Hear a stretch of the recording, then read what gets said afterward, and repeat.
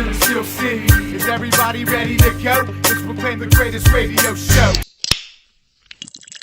If you have any sense of humor at all, you've seen Bill Burr's animated show F is for Family. Well, this is F is for Fantasy, written by J Dash. Have you ever seen F is for Family? Yes, you've made me watch it. I made you watch it? Yes. I said I might. You carry your tablet around and like shove it right in my face. Here, watch this. I didn't make you watch anything. Well, you've made me watch many things. You're out of your mind. Well, we got some fantasy coverage for you fans. I'm Jim Sella. He's J Dash. Big Easy's taking a break. I don't know what he's doing. He's floating around the studio. He's probably eating Doritos, honestly, and drinking beer. Because there's an empty beer right here, so it looks like he was here earlier. Believe it. And for fantasy here, there's been a lot of changes according to average draft position between different websites and different leagues. Keenan Allen and Jarvis Landry both went up, and that was to be expected. I mean, we talked about those guys and how good they are. The quarterbacks dropped a little bit in the rankings as well. So things change a lot. Have we during talked the about preseason. Eric Ebron yet? No. Okay. I actually had him as a value pick at one point, but I dropped him off because He got carted off the field the other Yeah. day in practice, so I'm not sure how bad the injury is, but I know fans, if anybody's looking at a tight end, he's definitely a guy that could break out this year, although it's been all potential up to this point. He's never really had it that wasn't big too bad season last year. that they thought he could, they thought he could be like a Gronkowski. And I mean, it's going to it could happen, and if it does, it's always going to, just going to seem like it happened out of numbers, but it hasn't yet, and we'll have to wait and see about his injury. And it's the same with Le'Veon Bell's value with the suspension. August 18th, I think they're expected to announce the decision, or at least hear the case. So we'll know a little more in a few weeks. Out of the way, he's first round. What are you going to do? First overall, baby. I mean, if he has no suspension, definitely. But what do we got today? We're going to do value picks in rounds 7 through 8 in a 12-team league PPR. So round 7 and 8? Round 7 and 8. Word up. Please believe it. And we're going to start off with Tyler Lockett. Garbage. No, I just had to do it. Sorry, go ahead. Yeah, stop with it. He's going around average draft position of 75.8. You mentioned Doug Baldwin in another segment. He's actually going the highest out of all the Seattle receivers. Jermaine Kearse is out there. They have Jimmy Graham. Last year, he didn't do what he was expected to do. Blew his knee up. To me, Tyler Lockett's the best talent they have out of all these guys, and I think he could step up and be their number one wide receiver this year. We both mentioned we don't really trust Doug Baldwin. If he's not getting those touchdowns, he's not the greatest fantasy player, and Tyler Lockett can make big plays. And he can go deep, and he can catch short passes and take it to the house as well. Plus, I heard mention of him. He could be used in the backfield a little bit this season. And if you have special teams points in your fantasy leagues, that's another way to get points from Tyler Lockett. He can do it all. Question and a comment, I guess, maybe even 2 comments.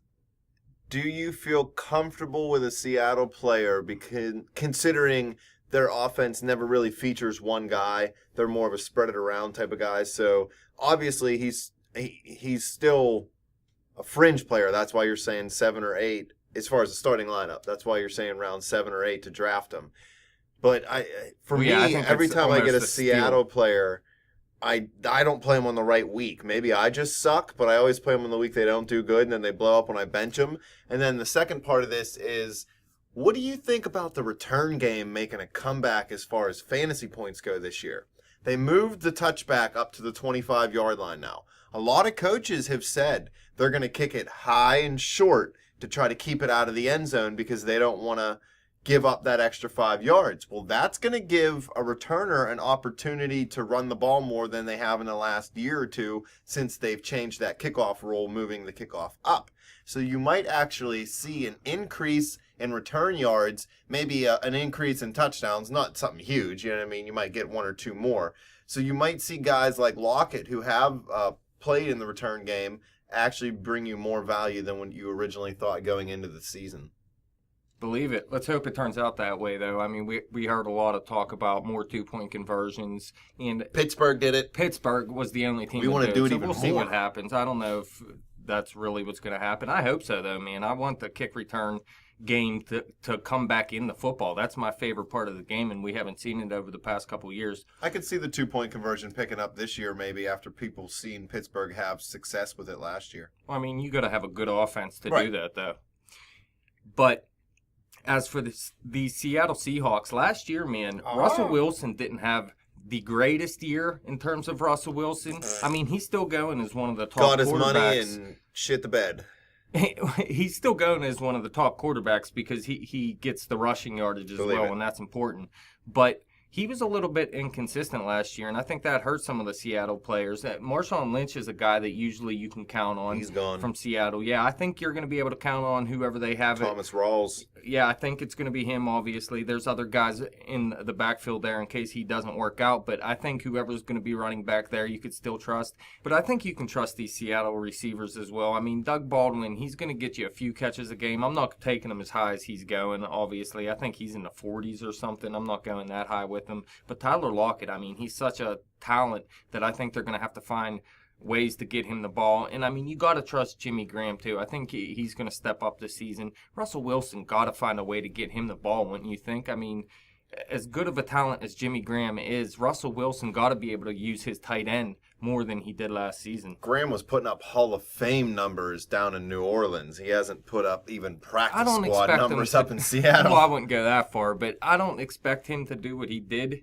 in New Orleans, but you got to expect more than what he did last season, and I think he'll give you more as well. I think it was just an odd season for Russell Wilson, and he'll get back on track this year. Yeah, he did have a good second half of the year. He played a lot better down the stretch than he did early in the year. So anybody listening to this, don't jump down our throats and send us nasty, threatening messages.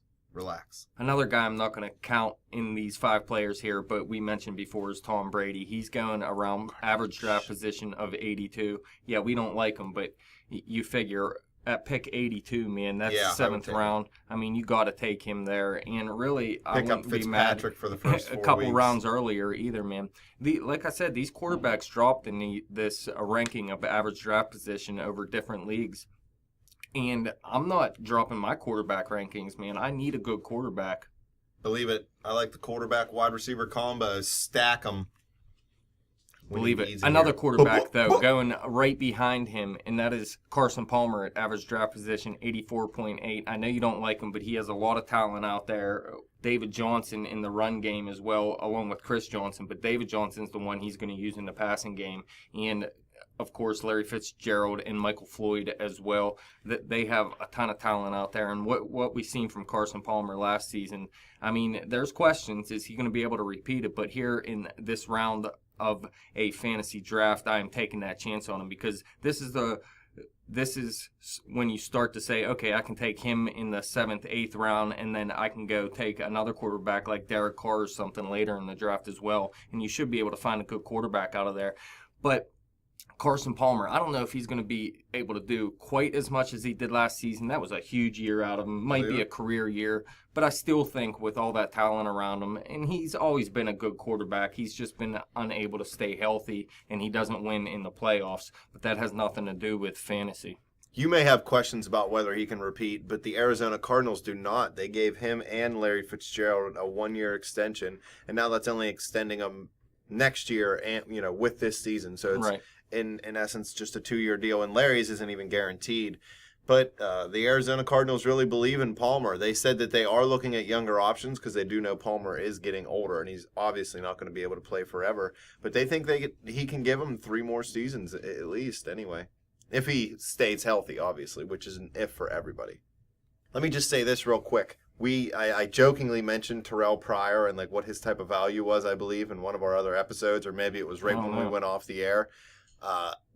He's apparently doing very well in Brown's camp as a wide receiver. He's getting very well acclimated to the position. He had that big catch against the Steelers last season, I remember. And they have a lot of plays. Now, they say this a lot, so I'm not buying into it yet, but they have a lot of plays designed to get him the ball out of the backfield, get him the ball on end arounds, they said they have at least 3 or 4 different pass plays where he gets the ball on an end around and can throw or run, whatever he wants to do. Now, they're not obviously going to be running all these all the time, but they have options of these trick plays. So they have a plethora of plays to try to get Pryor the ball and feature him in this offense. And if they get Josh Gordon, where's his value at as a player? Because he's been reinstated, but is he going to be the Josh Gordon of old? And we're going to talk about Josh Gordon in our next segment, actually, because I do see him as a value pick. That's a teaser, folks.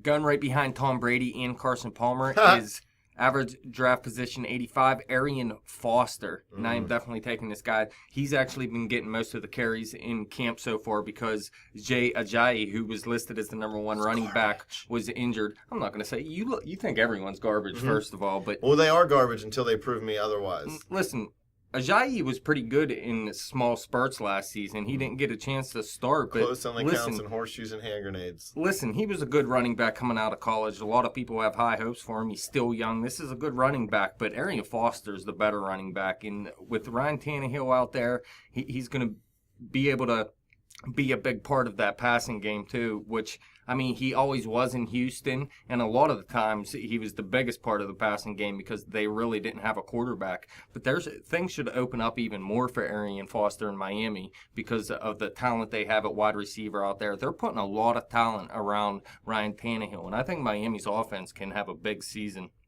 I think Foster's going to have a big year. A lot of people have written him off, the injuries. I hear people calling him injury prone. I don't know the numbers, but I'm pretty sure it's only been in like the last 2 years that he's really had any trouble with injuries. Now everybody battles a little bit here, but as far as I think he did miss a season earlier as well. But I mean, when you blow something out, you blow something out. I mean, I don't necessarily. I think he's did that 2 or 3 times now, though. But I mean, he's so talented, man. When he's healthy, to me, he's. Well, especially this season, he's a top 3 running back along with Todd Gurley and Adrian Peterson. I mean, those 3 running backs are really the best running backs to have in football now. The question about Foster is the change in teams, really, and we see sometimes that doesn't work out for a player. But all the talent I see out there, I'm taking a chance on Arian Foster at this position. Pick 85, are you kidding me? I think Miami has a shot. I'm not going to say they will. I just think they have a shot at winning that division if the Patriots stumble enough in that first 4 games without Tom Brady. Yeah, I don't think the Patriots are going to do that bad. I mean, they're probably going to go 2-2 without Brady in the first 4 games, and then after that, I think the Patriots will roll. But I mean, Miami. I mean, it's not out of the question that Miami can win the division this season or anything. Even if New England doesn't win the division, they could probably win as a wild card and go to the Super Bowl anyways. Believe it. All right, next one. Average draft position 89.5. Pittsburgh Steelers' new tight end, Ladarius Green. He's the 9th tight end being taken right now. Yeah, this isn't Heath Miller. He's still on the physically unable to perform list, so he's ranked 0 on my board. So you're not taking Ladarius Green? Well, not if he doesn't get off the PUP list before the season starts. He definitely will, man. He'll at least, I mean, maybe he will miss a game or 2. Who knows to start the season? But this guy is a talented tight end. He's never got the chance to start outside of when Antonio Gates is hurt, and he did put up big numbers when Gates was hurt. I mean, there was times where both of them were on the field as well, but he's never really been the go-to tight end out there in San Diego, and he's also better than Heath Miller. I know when you think Pittsburgh, they don't have. I'm not saying Heath Miller's bad or anything, but in terms of fantasy, Heath Miller was never really a top tight end. 2 good years. Yeah, there was a year or 2 where he was one of the top 5 tight ends, but outside of that, he won me a game I think last year though because I picked him up because I had a bye week and he went off. But yeah, Ladarius Green should be a main focal point for Ben Roethlisberger this season, especially with Martavis Bryant out. I know we want to see Sammy Coates step up, and I believe who I hear is having a big camp right now. I think he's a value pick or maybe even a sleeper pick, depending on when we do that segment and where he's ranked. But Ladarius Green, I mean, outside of Antonio Brown, I think Green got to be one of the guys that have a bigger season in this passing game. So I'm definitely, tight end number 9. So you don't even have to look at a tight end, and you might end up with one of the top 5 tight ends in football this season. Are you trusting him as your starter from week 1, or is it somebody who you try to get a starter and then hope he's good? Well, it's one of those picks where at this point in the draft, you're going to draft him. And look, the next guy I'm going to talk about is also a tight end. So maybe you want to draft 2 tight ends because Especially in our league. why? What's up? No in our kicker, league? extra flex player. Oh, is that how you do it? All right. Well, that's fine with me, but it's just like quarterback. If you're going to skip the top quarterbacks and you're going to go with a Carson Palmer, maybe you want to take someone like a Derek Carr. Same with the tight end. If you're going to draft Ladarius Green, you could take this next guy too, who is going at average draft position 92.8, and that is Julius Thomas. And I expect a better season out of Blake Bortles. And they have Allen Robinson out there, who I believe is a complete beast, and he's going in the high second round in 12-team leagues. But Julius Thomas, he missed the first, how many games 7 to start maybe, the season? Yeah. So, and when he came back, he didn't explode or anything, but he was a part of the offense. And I think with this offseason, him and Blake Bortles can work together some more, and I think he can step up and have a bigger season. I like the weapons they have out there in Jacksonville, too. I know their defense isn't that great. They're probably not going to make a push for the playoffs or anything, but I really like this offense, and I think Blake Bortles can do big out there, and Julius Thomas is going to be a big part of that. You don't think he was just a flash in the pan product of Manning? No, I seen enough out of him last season where I think he actually is a beast. I mean, we had those questions after he did leave Denver, but from what I seen out of him last season, I think this guy can do big. And from what we seen out of Bortles last season too, if he is just a product of a good quarterback, well, I think Blake Bortles is going to be a good quarterback. If he plays football as good as the women he dates, he'll be just fine. But that's it, man. That's it. Nobody we else? Talked about a wide receiver, Tyler Lockett, 2 quarterbacks, Tom Brady and Carson Palmer. We talked Arian Foster, could be the steal of the draft, and 2 tight ends you could look at here in the 7th, 8th, maybe even 9th round. That's it, folks. You heard it. Dash said it. Write it down and implement it. If you don't, you're going to lose, and that's on you. If you lose and you want to yell at us, hit us up on Twitter at bet_the_spread. If you win, hit me up on Twitter at betjimthewin, because I don't like bad news. Keep going to the Facebook page at facebook.com/betthespread. Come back to youtube.com/betthespread. Keep listening to the spread. Spread the spread, just like herpes.